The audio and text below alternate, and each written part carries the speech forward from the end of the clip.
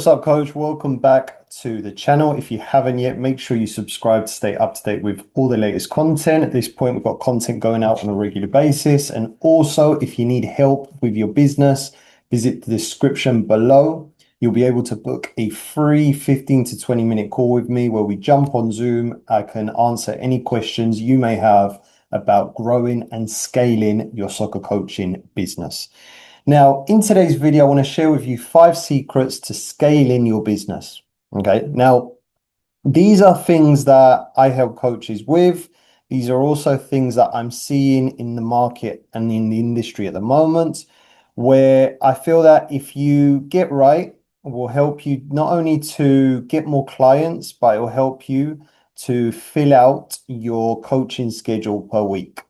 So if you have a look at the screen in front, I've shared with you guys 5 different secrets or areas of the business where I feel will help you to scale.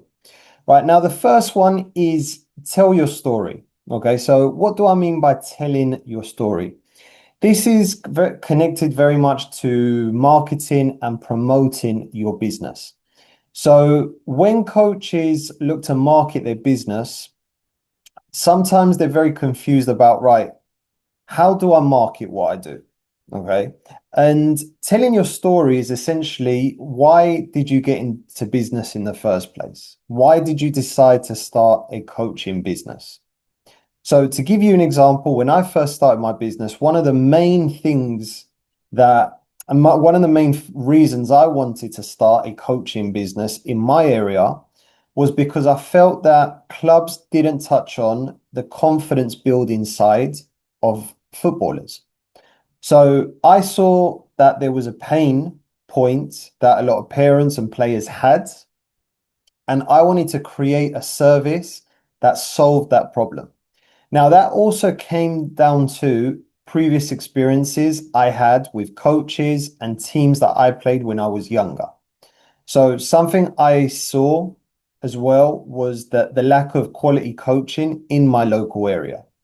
That also was connected to when I was younger, I didn't really have, I felt, really great coaches who pushed me and motivated me. And if they didn't push me or motivate me, meant that my confidence, instead of growing, was always declining. So when you work on your marketing, you have to figure out, first of all, what is the pain point that you're trying to solve? What is something in your local area that parents and players need help with that your business and your service help to solve? And then create a story around that marketing. So when you post onto social media, when you speak to someone, they ask you, Leo, what does your business specialize in? Your story will be connected to what you specialize in. Okay. I help footballers to grow their confidence by creating a private training environment where they can get better, get personalized help, and develop at a much faster pace. For example, okay. So tell your story. Okay. And this could be related to you when you were younger playing, or maybe when you were coaching, right, at the club level, and certain things that you saw within that environment that motivated you to then go and start your coaching business. When you get your story out there, parents will be able to relate a lot more to your pain points. Okay. So always have a story behind your marketing. Always have a why to what you are doing and why your business exists and what problem are you trying to solve. Right, the next one is database, right? So database is king.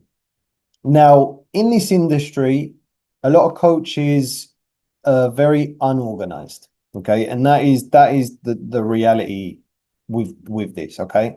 They'll create an Instagram page. They will have leads come in, but they won't grab the parents' name. They won't grab their email address. They won't grab their phone number. They just go back and forth over a DM on Instagram.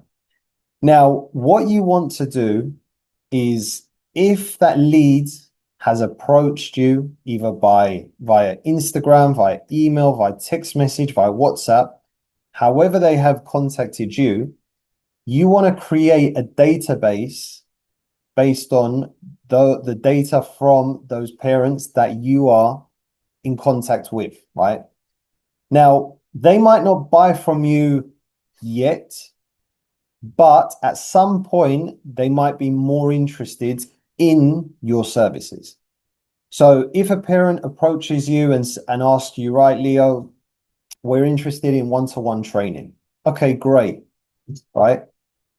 Now, they might not commit at that specific moment in time, but if you keep a database on all the parents, all the leads that have come through, all the leads that are interested in or have shown an interest, you may be able to follow up with them in a month, 2 months, or 3 months' time to sell them or to express some sort of a promotion to them about an upcoming maybe clinic. It might be a discount on one-on-one training, and maybe you might be opening up small groups, right?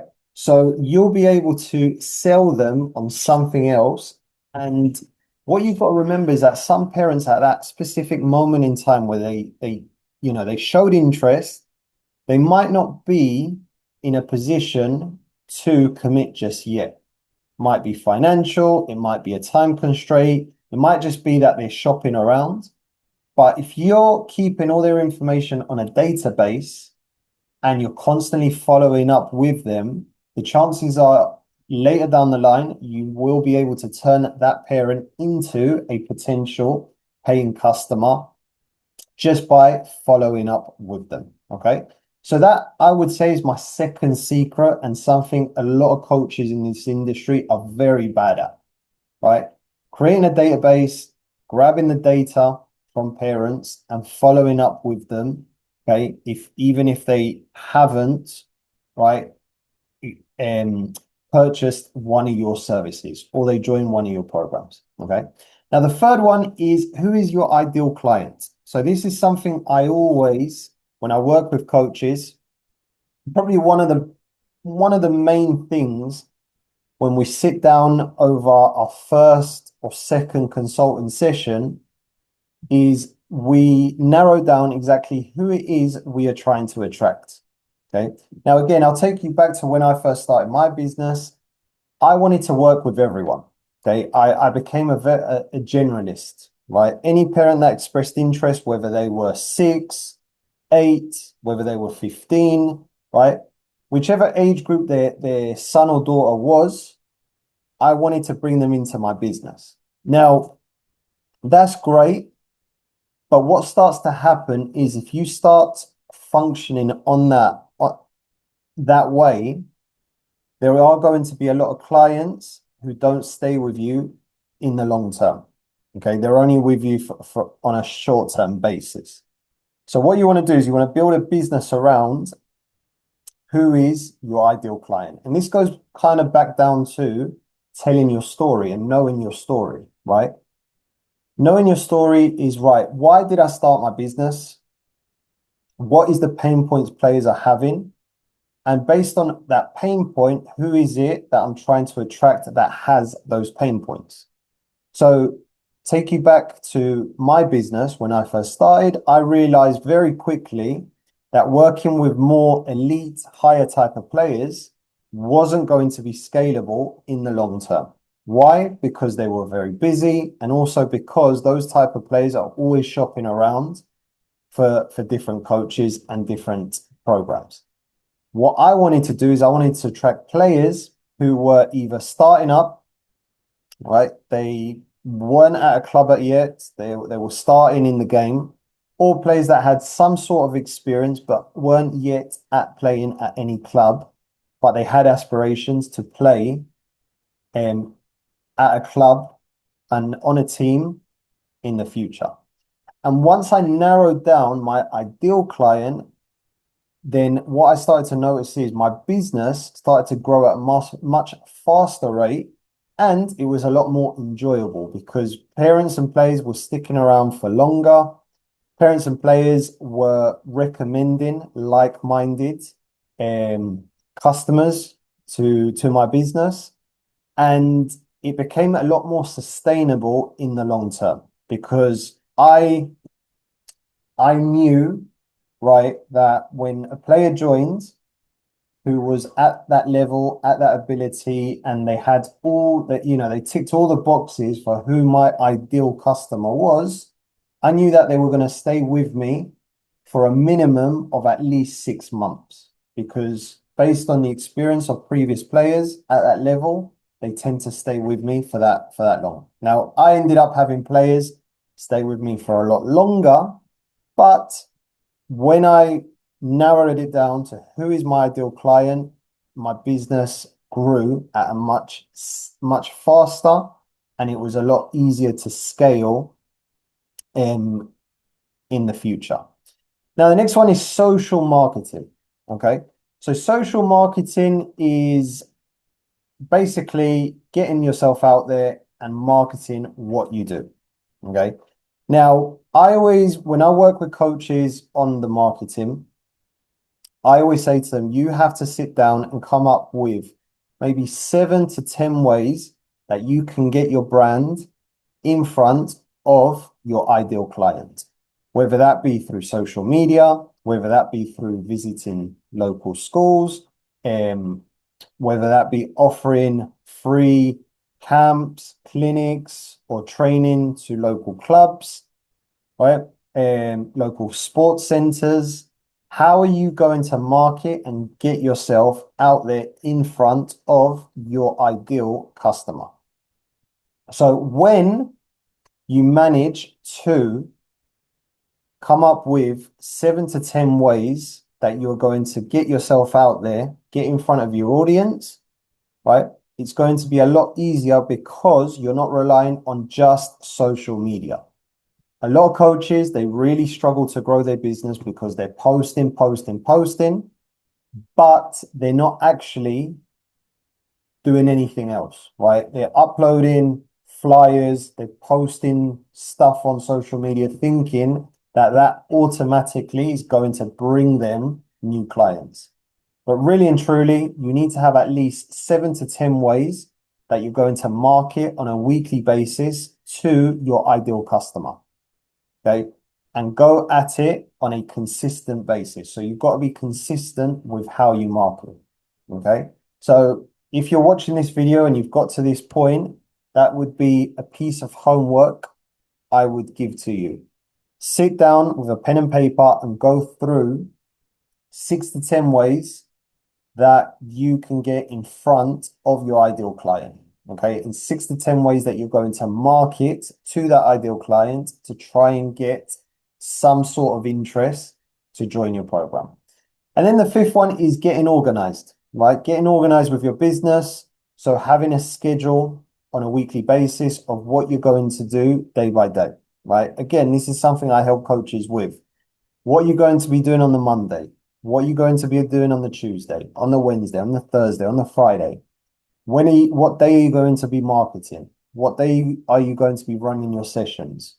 What is the process of when a parent expresses interest or a lead comes in? How are you going to be following up with them immediately, right? What days are you going to be taking off so that you're not coaching? What are you going to be doing in terms of promoting yourself? What days are you going to be out there getting in front and doing your social marketing? Okay, so it's about being organized with your business. It's about creating systems in place that help your business to scale to the next level, right? So again, I would add to the piece of homework that I gave you already that I would sit down, create a work schedule for your business, Monday to Friday, how you're going to be spending your time on each of those days. Monday could be your marketing day. Tuesday could be when you do your sessions. Wednesday could be when you get out and try and create partnerships for your business. Thursday could be again, another marketing day. You're grabbing content from Tuesday's session. And then Friday could be just following up with leads or putting together other programs that you're going to create and market in the future. So if you're running one-to-one or small groups, you might then want to introduce camps. So starting Friday could be the day where you organize and start to plan out your upcoming camps and clinics for the next few months.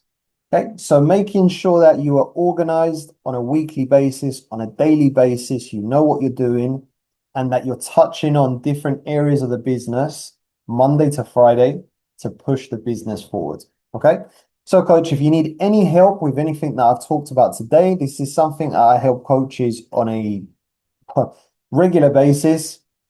Okay, reach out to me, visit the description below this video. That's going to be the best place you and me can connect. And we can get on a free 15 to 20-minute call. I can see where you're at with your business. I can answer any questions that you may have about scaling, and I can give you some action steps to take this week to grow and scale to the next level. Okay, thank you for watching. And if you haven't yet, subscribe to the channel to stay up to date with all the latest content. I'll see you on the next